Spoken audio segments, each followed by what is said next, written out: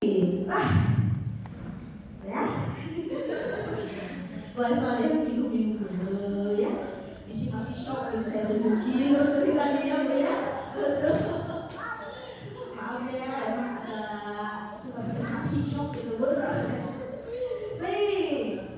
Nah, rangkaian acara kita hari ini tidak hanya mengenai keseruan belajar saja, tapi kami dari para pendiri ingin memperkenalkan bahwa bercerita, membaca cerita, menyampaikan cerita itu bisa menjadi sangat menyenangkan, tidak monoton.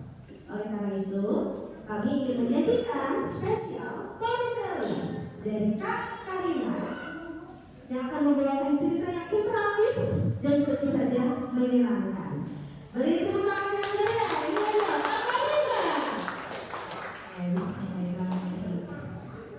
Hey ho, hey ya, oh hey ya, hey ho, hey ya, oh hey ya. Assalamualaikum warahmatullahi wabarakatuh. Kami dari komunitas Sukabumi Ribelon hari ini akan mengajak Bapak dan Ibu-ibu yang hadir di sini untuk berpetualang melewati mesin waktu. Tapi sebelum sampai ke sana, kita perlu satu mantra ajaib, tapi tidak ngajak syirik ya. Mantra ajaibnya, kalau aku bilang bang, semuanya jawab bang. Oke, siap? Aku bilang bang. Oke, kita mulai dari awal. Kalau pas hai ho, tangannya ke atas dan ke samping seperti ini.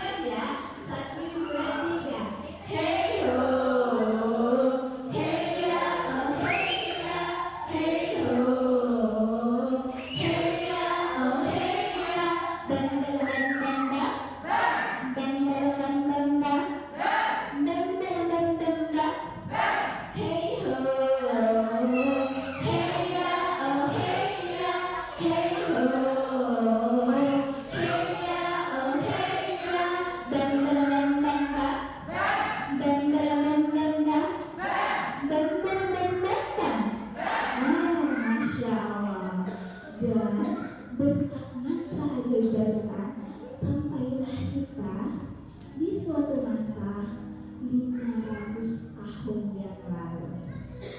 Kita akan belajar dan mengenal seorang pahlawan perempuan, pahlawan Indonesia tentunya, yaitu Kamala Hayati. Ada yang pernah dengar kisahnya? Kisah Kamala Hayati. Nah, Kamala Hayati ini adalah seorang pahlawan perempuan dari Aceh. Bisa kita lihat. Nah, Kamala Hayati ini dari Kesultanan Aceh. Kamala Hayati seorang pelaut, membuat musuh bertekuk lutut, menerjang perang, tiada takut. Kamala Hayati, pahlawan negeri. Boleh diikuti sama-sama ya, karena ada tulisannya. Kita nyanyi sama-sama. 1, 2, 3.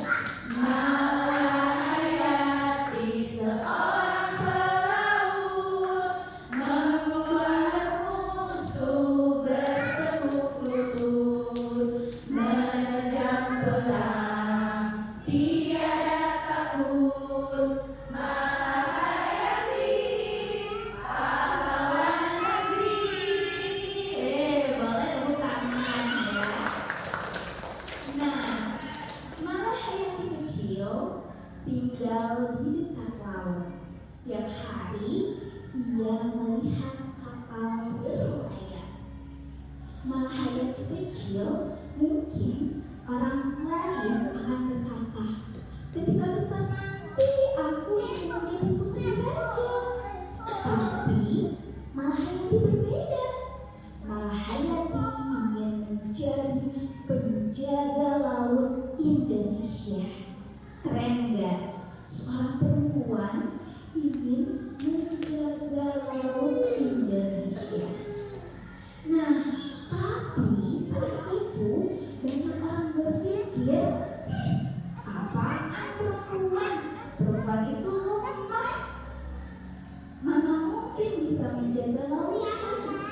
Tapi Malahayati membuktikan bahwa perempuan itu bisa kuat, bisa berani, dan bisa menjaga lautan Indonesia.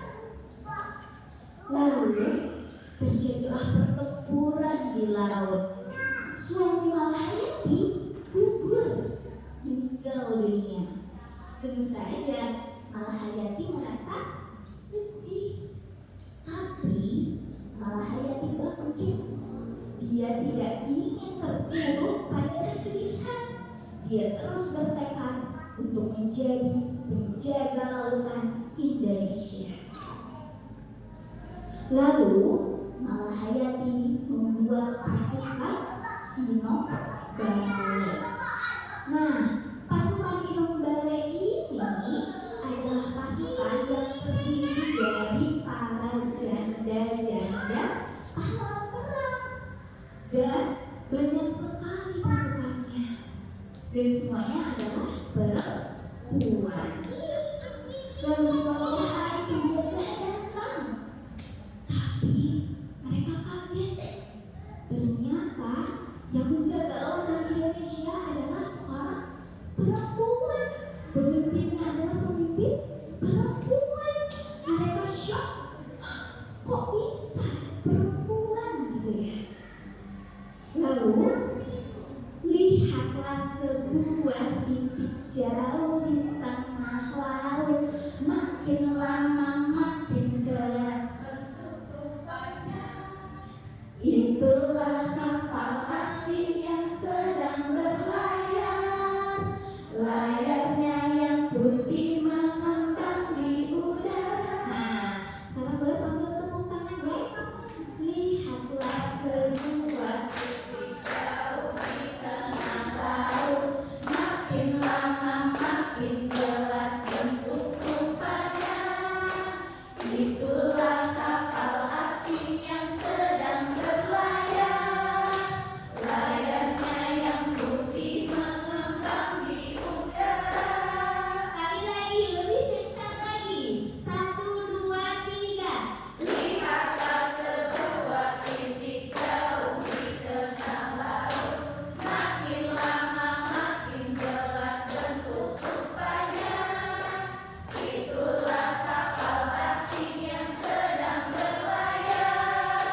Layarnya yang putih mengembang di udara. Keren banget. Beda ya kalau sama guru tuh. Nah, tadi sudah aku singgung bahwa pemimpin pasukannya adalah seorang perempuan. Ternyata Malahayati berhasil melawan musuh. Lalu Malahayati diberi gelar pertama bagi perempuan itu Laksamana Malahayati. Dan pada tahun 2017 Malahayati dinobatkan sebagai pahlawan nasional. Nah, seperti itu. Gimana? Udah selesai ya ceritanya? Aku mau nanya dulu nih. Ini kan tadi kita belajar tentang apa? Kalau dalam pelajaran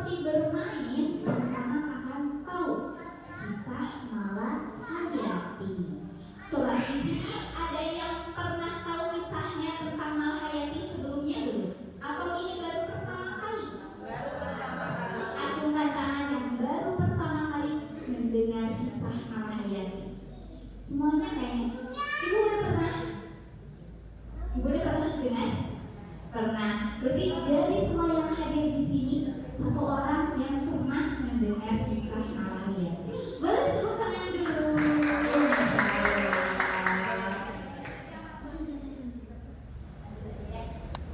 Sambil minum boleh ya. Sekarang itu kan aku mencontohkan tentang storytelling. Nanti setelah materi dari aku akan ada contoh read aloud. Jadi read aloud dengan storytelling seperti tadi adalah dua hal yang berbeda. Kita masuk ke materi. Materinya adalah mengenalkan literasi melalui kegiatan bermain yang menyenangkan. Dari judul ini, aku jadi ada pertanyaan. Apakah ada bermain yang tidak menyenangkan? Ada nggak? Bermain yang tidak menyenangkan itu yang seperti apa ya? Apakah yang pulang-pulang anak nangis ke rumah? Masih enak gitu ya. Tapi besoknya main lagi. Nah, kita lanjut dulu ya. Oh iya, aku belum berkenalan. Bentar lagi. Nama aku Karina Novianti. Aku adalah seorang storyteller, lalu pembaca nyari, pegiat literasi, ketua bidang pendidikan Dharma Wanita BKPSDM Kabupaten Sukabumi. Karena suami kerja di sana, jadi di DWP, lalu ketua Sukabumi Read Aloud dan ketua komunitas Ngobrol Manfaat. Ini IG aku dan di bawah WA. Background aku itu pendidikannya S1-nya di STAI Sukabumi, jurusan Pendidikan Agama Islam yang sekarang namanya IMN ya, Institut Madani Nusantara. Lalu aku belajar juga di LTQ Antartil, lalu belajar Read Aloud di Training of Trainer Read Aloud sama Ibu Rosi Setiawan. Lalu sekarang berkiprah di komunitas Ngobrol Manfaat dan komunitas Sukabumi Read Aloud. Nah, ini sprongway aku. Kenapa tiba-tiba aku terjun sebagai pegiat literasi? Karena menjadi pegiat literasi itu merangkul semua passion aku. Passion aku di sini ada teman aku mungkin tahu, dulunya tukang ngomong gitu ya, cewek gitu. Nah, di sini kebutuhan dalam mendidik 4 anak di rumah. Jadi anak-anak aku itu belajarnya di rumah sebelum masuk SD itu di rumah. Jadi belajar baca dari ibunya, belajar ngaji dari ibunya gitu. Makanya mendirikanlah komunitas, lalu upgrade skill dan potensi menjadi ibu rumah tangga yang bermanfaat sesuai nama komunitas Ngobrol Manfaat karena pengen bermanfaat. Nah, perjalanan sebelum sampai di titik ini, aku pun pernah merasakan bicara di depan itu ngadeg-deg gitu, tremor gitu ya. Nah, karena suatu ketika di komunitas Ngobrol Manfaat baru pertama kali mengadakan kajian parenting gitu dan mengundang pemateri dari Jakarta, dan aku disuruh untuk sambutan.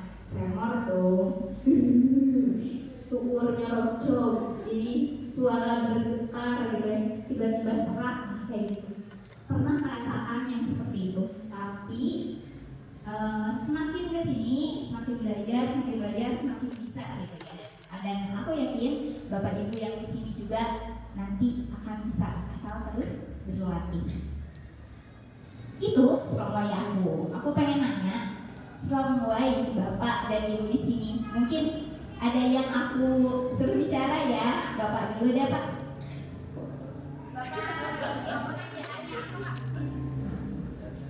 Ajar di sini, Pak. Nah, strong way Bapak ngajar di Al-Firdaus itu apa ya? Strong itu kuat. Ya, itu alasan kuat gitu. Oh, alasan kuat. Bismillahirrahmanirrahim. Assalamualaikum warahmatullahi wabarakatuh. Kenalkan, nama saya Ustaz Ruslan. Saya wali kelas dari 5B. Alasan saya ngajar di sini salah satu adalah wasiat dari orang tua. Wasiat dari orang tua adalah manfaatkan waktu, amalkan ilmu. Salah satu adalah saya mewakafkan mungkin di sini. Kalaupun memang jadi guru kan berapa sih gajinya? Hanya 1 juta. Sabar, jujur dan tawakal. Dari tawadu ke tawadu. Makanya ada beberapa golongan guru, ada guru nyasar, guru bayar, guru sadar, guru saudagar. Saya memilih untuk menjadi guru saudagar. Jualan saya, barangkali ibu mau jadi reseller saya.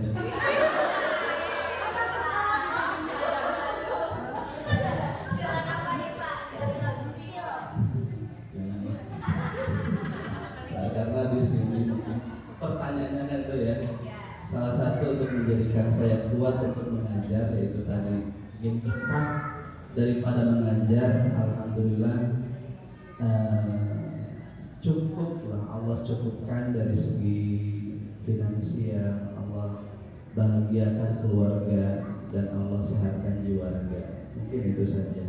Kalau mau jadi sabar, terima kasih. Assalamualaikum warahmatullahi wabarakatuh.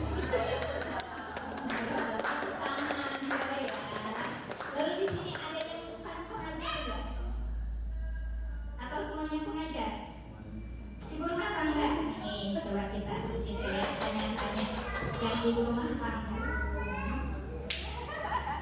Kalau strong lainnya memilih menjadi ibu rumah tangga tapi mau belajar di sini, kok bisa gitu ya? Boleh. Sedikit ya singkat. Yang sebagai ibu rumah tangga plus mahasiswa karena mesti belajar mungkin ya ibu. Jadi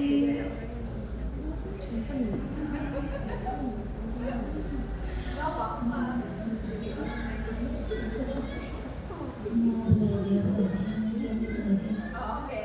supaya menjadi lebih bermanfaat. Boleh. Masya Allah, iya ya. Nggak, aku juga sama ibu rumah tangga. Ibu rumah tangga tapi dor-der-der ya deh. Dor-der-der kesana kemari. Oke. Lalu aku akan jelaskan tadi kan mengenalkan literasi ya. Jangan sampai kita literasi tapi tidak tahu apa itu literasi. Coba, ada yang bisa jawab boleh acungan tangan aja. Apa itu literasi? Boleh? Eska? Cara memahami apapun mau yang menulis, mau yang keadaan, Oke, berarti cara memahami biar paham ya literasi. Lalu ada lagi, apa itu literasi Bu? kemampuan menulis dan membaca. Kemampuan menulis dan membaca. Ada lagi? Yang lain? Apalagi apa itu literasi? Yang boleh dengan cara yang efektif dan efisien.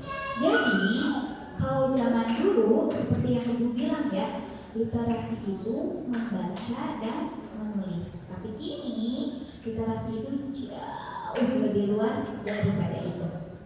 Ya. Jadi literasi adalah kemampuan seseorang untuk memahami, mengolah, dan menggunakan informasi secara cerdas dalam kehidupan sehari-hari.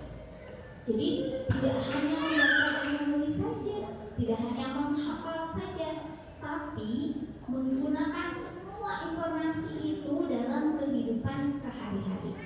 Awalnya nih, literasi hanya dimaknai sebagai bisa membaca dan menulis saja.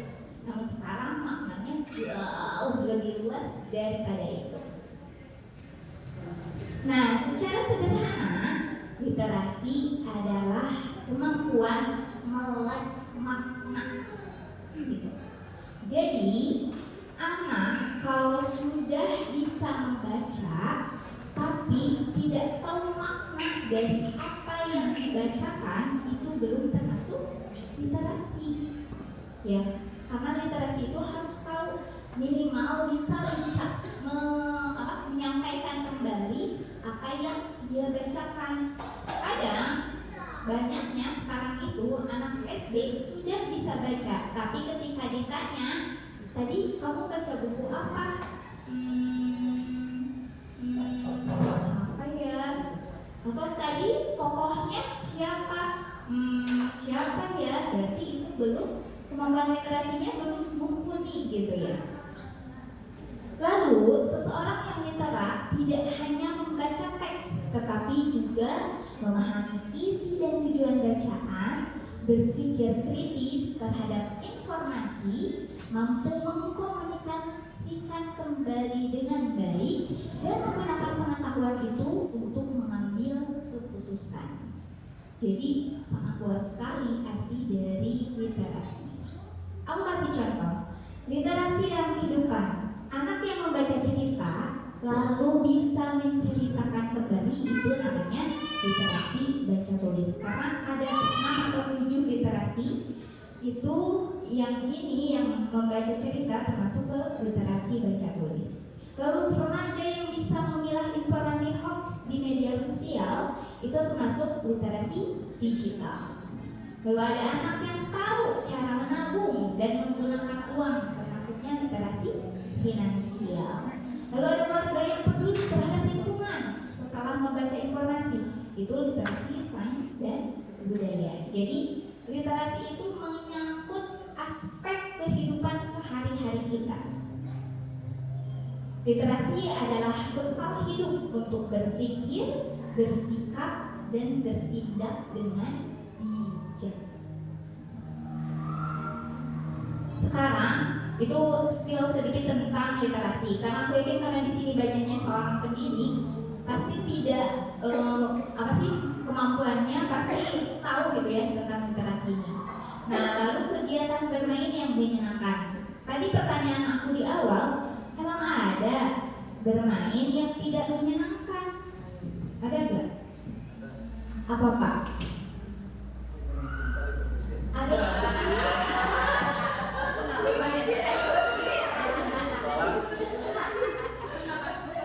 Jadi sebetulnya bermain ini semua orang pasti senang bermain, apalagi anak-anak. Kita aja yang orang dewasa main itu senang, misalnya main ya jalan-jalan ke pantai, jalan-jalan ke mall, berbelanja gitu, bermain, ngobrol sama teman, itu pun termasuk bermain, dan kita suka dengan hal itu, apalagi anak-anak. Anak-anak itu bermain adalah aktivitas khas yang menggembirakan, menyenangkan, dan menimbulkan kenikmatan. Jadi namanya bermain untuk anak-anak bukan kegiatan yang main-main. Sama seperti kalau makan, minum, terus istirahat, tidur, untuk anak-anak sama pentingnya dengan bermain. Karena itu kebutuhan untuk anak-anak itu bermain. Nah, bermain berbeda dengan aktivitas lain yang bersifat serius seperti bekerja atau belajar. Coba aja deh tanya ke anak di rumah ya. Kalau anak di rumah kita bilang main yuk, pasti langsung ayo gitu ya. Tapi dengan misalnya yuk belajar yuk, pasti nanti aja. Padahal cuma beda kata doang, belajar dan bermain. Mungkin aktivitasnya padahal sama gitu ya. Tapi dengan cara kita menggunakan kata bermain, anak-anak pasti langsung ayo bunda, kita main apa gitu ya. Padahal mainnya misalkan mainnya yang ini, main yang seperti ini. Karena kita menggunakan istilah bermain, anak-anak jadi bersemangat. Berbeda dengan kalau kita bilang, ayo belajar dulu, belajar berhitung dulu, pakai ini seru loh. Dengan kata belajarnya saja, aduh nanti dulu deh, masih pengen main gitu kan ya. Jadi kita harus pintar-pintar menggunakan kata kepada anak itu. Bermain tadi selalu membahagiakan dan tidak menjadi beban. Bila suatu aktivitas bermain sudah menjadi beban, artinya aktivitas tersebut bukanlah bermain lagi. Kayak gini lah, bapak, ibu kalau udah hari Senin pasti bilang, punya kerja lagi gitu, kerja lagi, udah Senin lagi gitu, gak kerasa ya hari Minggu tuh. Ya, coba kalau ternyata aktivitas bekerjanya kita seperti bermain, itu pasti akan memiliki manfaat tersendiri gitu ke kitanya. Jadi kita lebih bersemangat. Nah, bermain ini adalah aktivitas sukarela. Jadi tidak beban, bukan beban. Kita melakukannya senang hati, sukarela, bebas. dan tidak dipatok gitu. Harus kalau belajar kan kamu belajar baca, kamu belajar berhitung. Kalau bermain mau bermain apa saja juga boleh. Dilakukan atas motivasi diri sendiri. Jadi gak ada pasti, main, kamu sana main gitu. Kecuali anaknya suka main gadget terus gitu ya. Kalau main gadget terus pasti sama ibunya, main keluar gitu kan. Nah, dan bertujuan untuk rekreasi, kesenangan atau eksplorasi tanpa tekanan.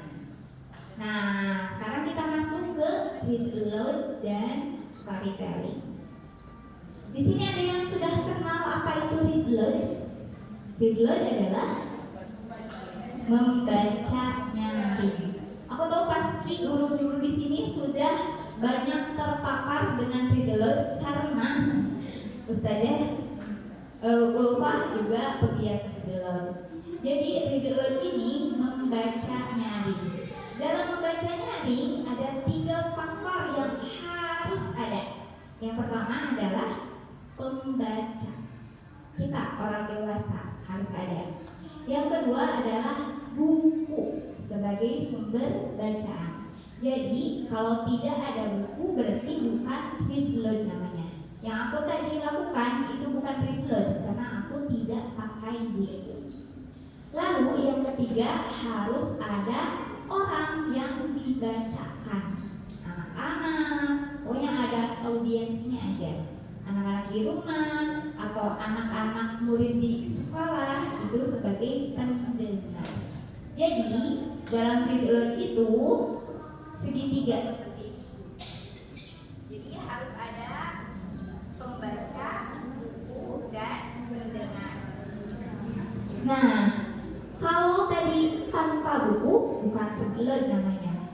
Kalau tanpa pembaca, baca buku sendiri itu juga bukan read aloud namanya. Kalau tanpa pendengar apalagi itu juga bukan read aloud namanya. Jadi harus ada ketiganya dalam read aloud itu. Dan si pembaca ini tugasnya adalah sebagai penyalur, penyampai pesan. Karena tokoh utama dalam read aloud itu adalah buku. Berbeda dengan storytelling. Kalau storytelling, tokoh utamanya adalah kita, si pemberi cerita, si pendongeng ya. Jadi kalau storytelling mau pakai alat peraga, misalkan pakai boneka, mau pakai buku, mau pakai apalah itu, kostum seperti itu yang jadi pemeran utamanya adalah si pendongengnya sendiri. Dan dalam read aloud maupun storytelling manfaatnya sama untuk anak-anak. Jadi untuk anak-anak bermanfaat, untuk kita si pembaca pun juga sangat bermanfaat. Manfaatnya apa? Read aloud dan storytelling itu yang pertama bisa menambah kosakata anak. Jadi pembendaharaan kata anak itu semakin banyak. Berbeda dengan anak yang jarang dibacakan buku atau diceritakan. Karena dari bayi itu kan anak tidak bisa apa-apa ya. Gak ada yang kecuali Nabi Isa gitu. Ketika lahir bisa langsung bicara. Pasti anak-anak tuh nah, ketika semakin besar, dia semakin sering diajak bicara, dia akan mendengar. Dan terpaparlah kata-kata yang banyak itu di kepalanya. Sehingga dari kemampuan mendengar ini, dia akhirnya bisa berbicara. Jadi tahu kata mama, tahu kata bunda, karena dia sering dengar mama, bunda, ayah, sehingga dia bisa berbicara, mengucapkan kata-kata itu. Dari berbicara barulah ke kemampuan membaca. Jadi urutannya tuh dari mendengar, lalu dia berbicara, setelah bisa berbicara baru kemampuan membaca, setelah kemampuan membaca baru bisa menulis. Jadi tidak akan ngaclok. Misalkan ujuk-ujuk anak 1 tahun tiba-tiba bisa nulis Karina ya. Jadi urutannya tuh dari bisa mendengar, bisa berbicara, bisa membaca, baru bisa menulis. Dan ketika read aloud ini tadi pembendaharaan kata anak semakin banyak. Satu, itu manfaatnya read aloud dan storytelling.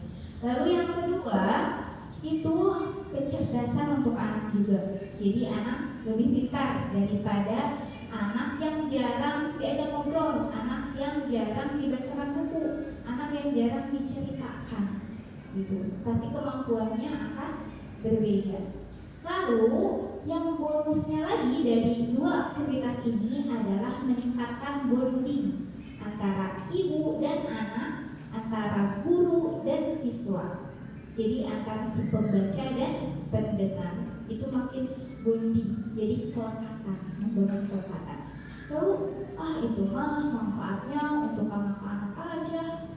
Kalau untuk pembacanya apa? Capek dong kita, nggak ada manfaatnya buat kita. Jangan salah. Read dan storytelling ini buat si pembaca juga sangat bermanfaat sekali. Manfaatnya apa? Jadi pintar nyarios, gitu ya. Kalau kita sering membaca buku, itu gak akan ada tuh misalkan Assalamualaikum warahmatullahi wabarakatuh, mikir panjang pakai bolehlah kita cobalah ya. Aku pengen di sini, ya aku tunjuk aja, gak usah semuanya. Memperkenalkan diri dalam waktu 30 detik tanpa Ada yang mau gak? Ke depan deh. 30 detik memperkenalkan diri aja, nanti kita waktu. Kalau gak ada yang berani ke depan, aku tunjuk. Siap, dari Bapak dulu deh. Semuanya segini deh, sering berbicara di depan kelas kan, jadi insya Allah tidak akan ada memperkenalkan diri singkat 30 detik Pak, silakan maju ke depan.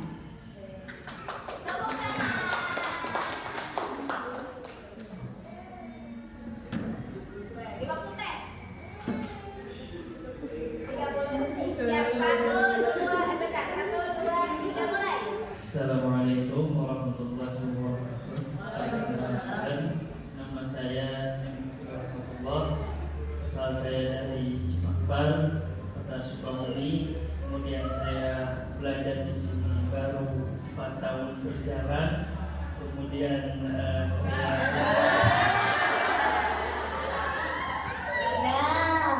padahal udah 20 detik itu Pak, ada barusan. Kira ya, mulai lagi ya. Jajaran sini nih, kakak deh. Silahkan perkenalan diri 30 detik doang. Banyakin nya di situ. Biar masih nggak ada lagi. Boleh.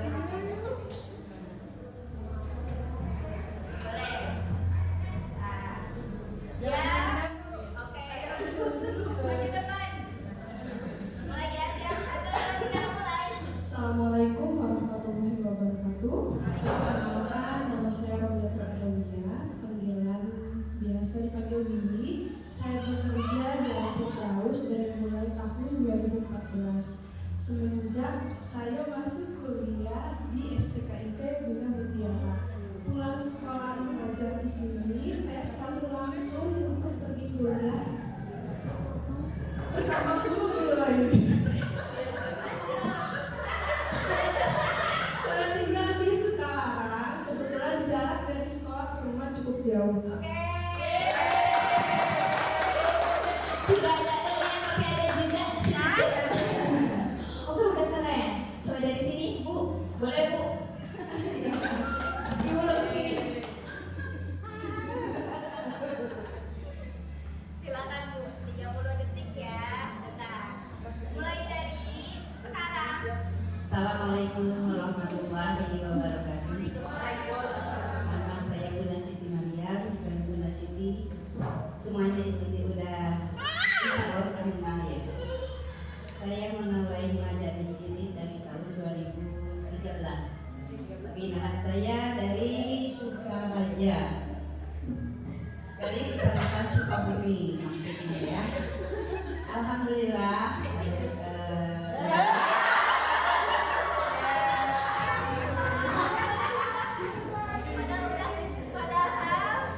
Padahal udah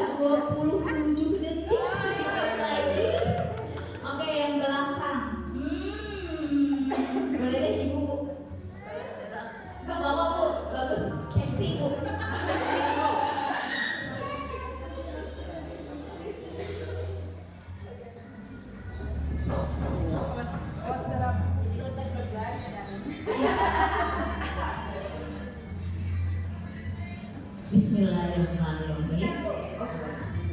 Mulai. Bismillahirrahmanirrahim. Assalamualaikum warahmatullahi wabarakatuh. Perkenalkan, nama saya Eti Setiawati. Saya baru mengajar di SD ITL Firdaus ini tahun ajaran 2025-2026. Sebelumnya saya mengajar di SD Islam Al-Azhar 7 Sukabumi, tepatnya di Jalan Bayangkara nomor 222 Sukabumi. Tempat tinggal saya di Perum Bintang Pratama. Kalau mau ada yang datang boleh. Blok B1 nomor 6 Sukaraja, seberang SMK Pertanian. Saya akan menerima Bapak atau Ibu dengan senang hati.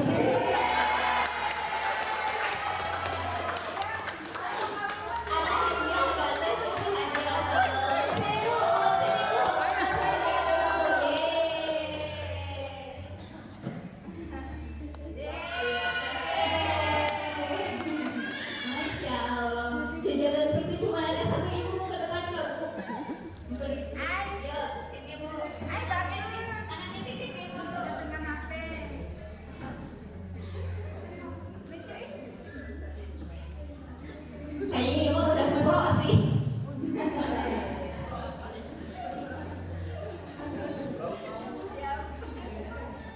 Bismillahirrahmanirrahim. Assalamualaikum warahmatullahi wabarakatuh. Nama saya Hayani, suka disebut dengan Budayani. Saya beraktivitas memegang di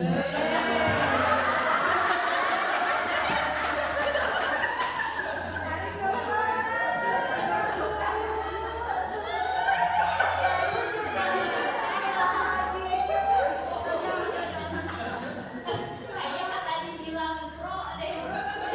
Aduh, belum 10 detik aja. Nah, oke, Masya Allah, tepuk tangan buat semuanya. Nah, seperti itu ya. Sebetulnya sih nggak apa-apa kalau ada juga, tapi kalau kebanyakan kalau kita berbicara di depan tuh sangat mengganggu. Kadang kalau di depan anak nih, misalkan ngajar di depan, kita belum siap, kita banyak nya, salah untuk itu.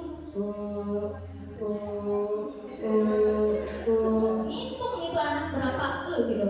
Kalau cuma sekali kayak tadi sih sebetulnya tidak apa-apa. Yang mengganggu itu adalah yang terlalu sering ya. Masuk angin. Beda, suaranya beda kalau masuk angin. Nah itu ya, storytelling. Lalu dalam storytelling dan read juga kita tidak bisa spontan uhui ya. Spontan uhui itu nggak bisa. Kita harus ada persiapan. Jadi kalau bisa, kalau kita belum pro ya, kecuali yang udah pro mah ditembak juga bisa-bisa aja. Tapi kalau kita belum pro itu nggak bisa kalau spontan. Jadi minimal kita harus membaca dulu bukunya. Jangan sampai kita tiba-tiba ditodong sama Ustazah Ulfa untuk bacakan buku seperti Teh Yaspa tadi ditodong. Teh Yaspa, bacain buku ini. Teh Yaspa belum baca sama sekali kan. Nah, Teh Yaspa ambil aja bukunya. Jadi tidak akan lancar kalau tanpa persiapan. Jadi kita masih menebak-nebak.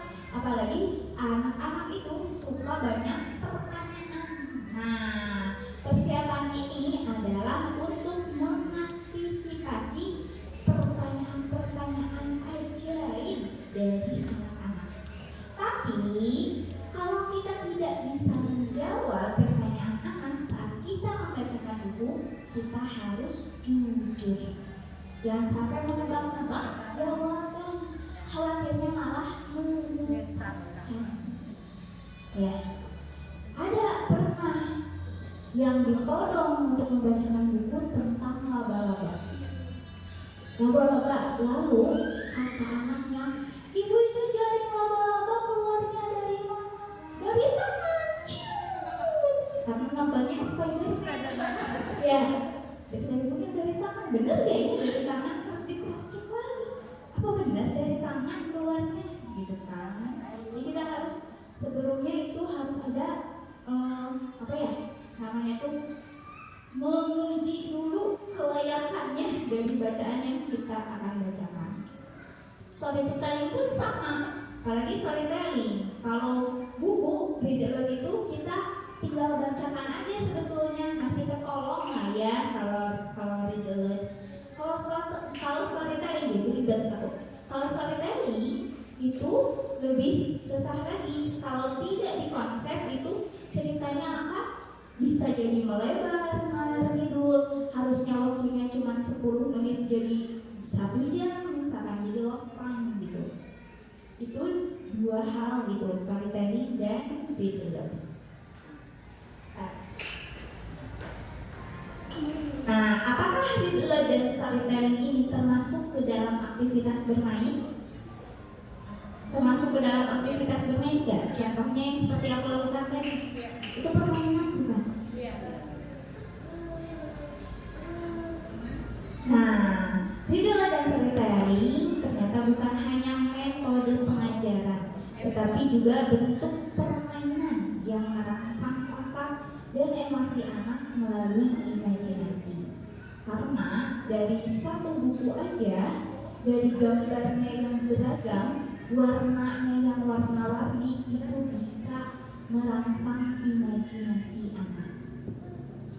Betul tidak? Oke.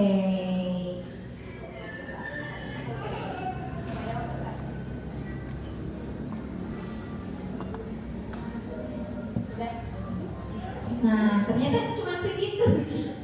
Kalau misalkan ingin mengetahui lebih detail lagi tentang read aloud, itu kita setiap bulan suka ada training of trainer read aloud. Jadi dari training of trainer read aloud itu, Bapak Ibu semuanya diajarkan menjadi seorang pegiat read aloud ya, sebagai trainer. Trainer itu pelatih read aloud.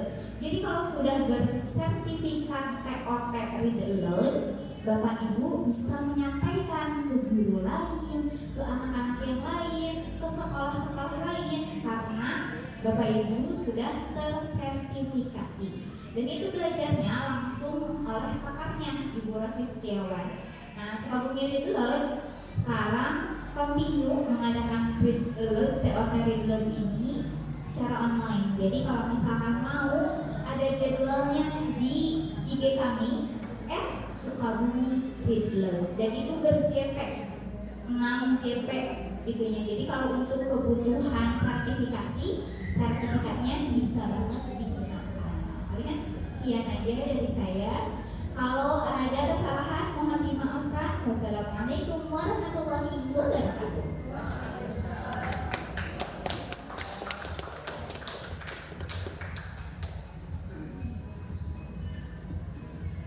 Boleh tepuk tangan? Tepuk tangan siapa yang Kak Karin? Si Kak Karin. Kak Karin, Burgin, Teh Karin, apa pokoknya panggilannya banyak ya. Tapi masih belum ada yang sama, Kak Karin. Ya. Baik, selanjutnya. Wah, gimana tadi materinya? Masuk? Masuk Pak? Masuk. Jangan suruh keluar lagi ya, harus masuk. Kalau misalnya, aduh tadi apa lupa lagi, pasti tentu saja lihat lagi catatannya nanti bahwa ternyata storytelling, read aloud masih ada di jalan yang sama.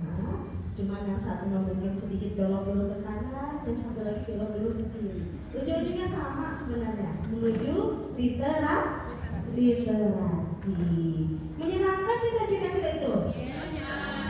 Bisa nggak dibawa ke kelas nanti? Benar Pak? Nanti cerita Pak di kelas Pak. Cerita Malah Hayati ya Pak ya. Malah Hayati itu Pak sambil nyanyi kayak tadi, bahwa kita kurang keren apa, coba guru aku kayak gitu ya, ustaz dia aku kayak gitu. Wah, ngejelasin tentang geografis Indonesia, menjelaskan tentang IPA, tentang matematika dengan cara menyenangkan seperti tadi. Kira-kira akan masuk ke anak-anak? Bisa cepat nggak diterimanya? Luar biasa sekali. Tidak kalah pentingnya juga ketika kita mau mengajarkan anak-anak untuk bisa membaca, ya. Pengalaman pribadi, anak saya yang ketiga itu nggak pernah saya ajarin ABCD, FGH, ya di sekolah pasti dikenalin lah ya. Cuman di rumah selalu saya bacakan Dan lama kelamaan dia akhirnya bisa